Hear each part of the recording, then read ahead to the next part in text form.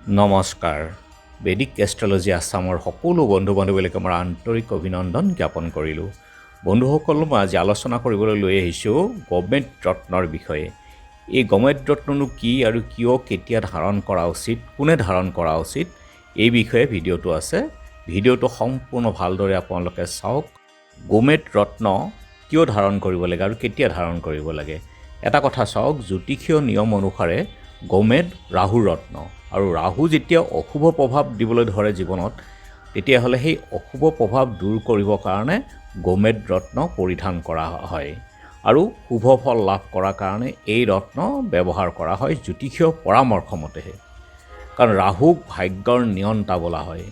ৰাহু মিথুন ৰাশিত উচ্চ হয়, অৰ্থাৎ যেতিয়া ৰাহু মিথুন ৰাশিত আহে ৰাশি পৰিৱৰ্তন কৰি, তেতিয়া ইয়াৰ উচ্চ ফল দিয়ে, শুভ ফল। ৰাহুৰ শুভ ফল হ'ল অট্টালিকা, বিদেশ ভ্ৰমণ বা বিদেশত সংস্থাপন ইত্যাদি। অৰ্থাৎ শুভ ফলদায়ক যেতিয়া ৰাহুৱে দিব, তেতিয়া ৰাহুৰ এই বিদেশ ভ্ৰমণত সুবিধা কৰি দিব অথবা বিদেশত সংস্থাপনৰ কাৰণে যথেষ্ট সুবিধা কৰি দিয়ে। আৰু ধনুক ৰাশিত যেতিয়া ৰাহু এতিয়া ৰাশি পৰিৱৰ্তন কৰি আহিব, তেতিয়া কিন্তু নিচস্ত হয়, অৰ্থাৎ অশুভ ফলদায়ক হয়। আৰু ৰাহু যেতিয়া অশুভ হয় কুণ্ডলীত, তেতিয়াহ'লে কি হ'ব, আপুনি বিদেশত যদি কোনো পৰিকল্পনা আছে, সেই পৰিকল্পনাত বাধা আহিব, বিদেশত যাব নোৱাৰিব, বিদেশত গ'লেও আপুনি কষ্ট হ'ব, বিদেশত সংস্থাপন আপুনি নাপাব।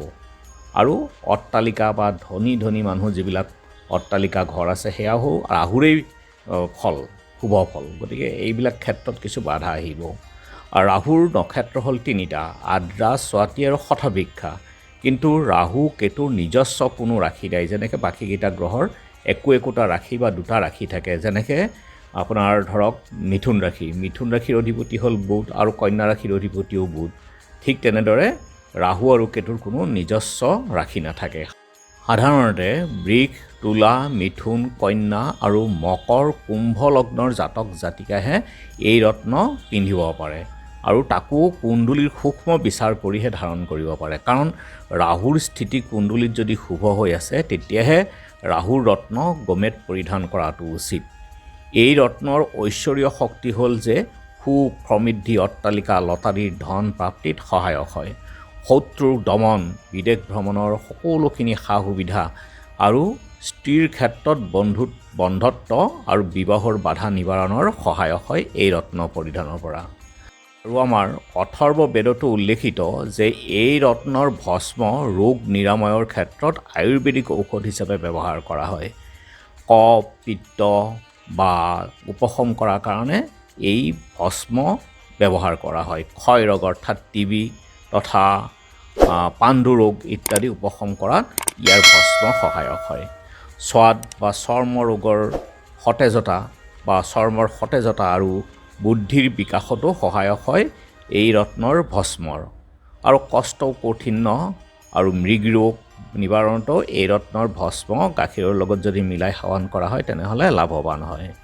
গমেট ৰত্ন যিসকল প্লীহাৰ ৰোগী, তেওঁলোকৰ ক্ষেত্ৰত উপশম হোৱাত সহায়ক হয়, আৰু যিবিলাকৰ সঘনাই জ্বৰ আদি হৈ থাকে, তেওঁলোকেও লাভৱান হ'ব পাৰে। আৰু এই ৰত্নৰ ৰং হ'ল গৰুৰ মূত্ৰৰ দৰে, গতিকে ইয়াৰ ৰং ঠিক গাঢ় ৰঙা ধৰণৰ হয়। কিছুমান সেউজীয়া বা ইখত হালধীয়া গাঢ় ৰঙৰো পোৱা যায়, আৰু কিছুমান আছে হীৰাৰ দৰে স্ফটিকৰ দৰেও পোৱা যায়। সংস্কৃতত ইয়াক গমেটক বুলি কোৱা হয়, আৰু হিন্দী আৰু আমাৰ অসমীয়াত গমেট কওঁ, উৰ্দু বা পাৰ্চীত কোৱা হয় ইয়াক জিৰকনিয়া, ইংৰাজীত জিৰকন। আৰু ইয়াৰ কঠিনতা হ'ল 7.5, আপেক্ষিক ঘনত্ব হ'ল 4.65 পৰা 4.71, ৰাসায়নিক পদাৰ্থটো হ'ল জিৰকনিয়াম চিলিকেট, আৰু ইয়াৰ তত্ত্ব হ'ল থৰিয়াম বা ইউৰেনিয়াম। উত্তম গমেট আমি কেনেধৰণে চিনিব পাৰিম চাওঁ আহকচোন। গমেট পৰিধান কৰোঁতে সদায় সাৱধানতা অৱলম্বন কৰিব লাগে, কাৰণ প্ৰকৃত গমেট দূৰৰ পৰাই গৌমূত্ৰৰ ৰঙৰ হয়, চিনিব পৰা যায়। আৰু পৃষ্ঠভাগ সমতল হ'ব লাগে, বেকা টেৰা বা খহটা হ'ব নালাগে, যাতে স্পৰ্শ কৰিলে আমি মসৃণ অনুভৱ কৰোঁ। চিকচিকাই থাকিব লাগে, ৰত্নটো স্বচ্ছতাপূৰ্ণ হ'ব লাগে। আৰু যদি কাঠত ঘঁহি দিয়া হয়, তেনেহ'লে চমকনিটো ইয়াৰ বৃদ্ধি হোৱা দেখা যায় আৰু ভাৰী ভাৰী অনুভৱ হয়। আমি দোষমুক্ত গোমেদ কেনেধৰণে চিনিব পাৰি আমি চাওঁ আহকচোন। প্ৰথমতে চাব লাগিব যে ৰত্নটো ভিতৰত ফাটি থকা আছে নেকি, বা ভিতৰত সেউজীয়া আগ থকা আছে নেকি, বা ওপৰত সৰু সৰু ছিদ্ৰ বা জালি পৰা বা ভিতৰত হালধীয়া কাঁচৰ খণ্ডৰ দৰে ৰত্ন যদি দেখা যায় তেনেহ'লে ই দোষযুক্ত হয়, অৰ্থাৎ ই পৰিধান কৰাটো উচিত নহয়। কিয় পৰিধান কৰিব লাগিব আমি ৰাহুৰ ৰত্ন? আমি চাওঁ আহকচোন। ৰাহুৰ অশুভ প্ৰভাৱত দুৰাৰোগ্য ৰোগ, উদৰ ৰোগ আদিৰ পৰা আৰু আৰোগ্য লাভৰ কাৰণে ইয়াক ব্যৱহাৰ কৰা হয়। আৰু অধিক শত্ৰু যদি আছে বা শত্ৰুৰ বাধা, শত্ৰুৰ পৰা যদি ভয় বা অত্যাধিক যদি আপোনালোকৰ শত্ৰু আছে জীৱনত, শত্ৰু দমনৰ কাৰণে এই গোমেদ ৰত্ন ব্যৱহাৰ কৰা হয় বা ধাৰণ কৰা হয়। আৰু যদি আপোনাৰ ধৰক সঘনাই কোৰ্ট কছাৰী বা মকৰ্দমা আদিত সঘনাই খৰচ হৈ আছে বা কষ্ট ভোগ কৰি আছে, এনেকুৱা ক্ষেত্ৰত আপুনি বিজয় প্ৰাপ্তিৰ কাৰণে সহায়ক হয় গোমেদ ৰত্ন পৰিধানে। গতিকে বন্ধু বান্ধৱীসকল, গোমেদ ৰত্ন পৰিধান কৰোঁতে আপুনি চাই চিতিহে সতৰ্কতাৰেহে আপুনি গোমেদ। ধন্যবাদ।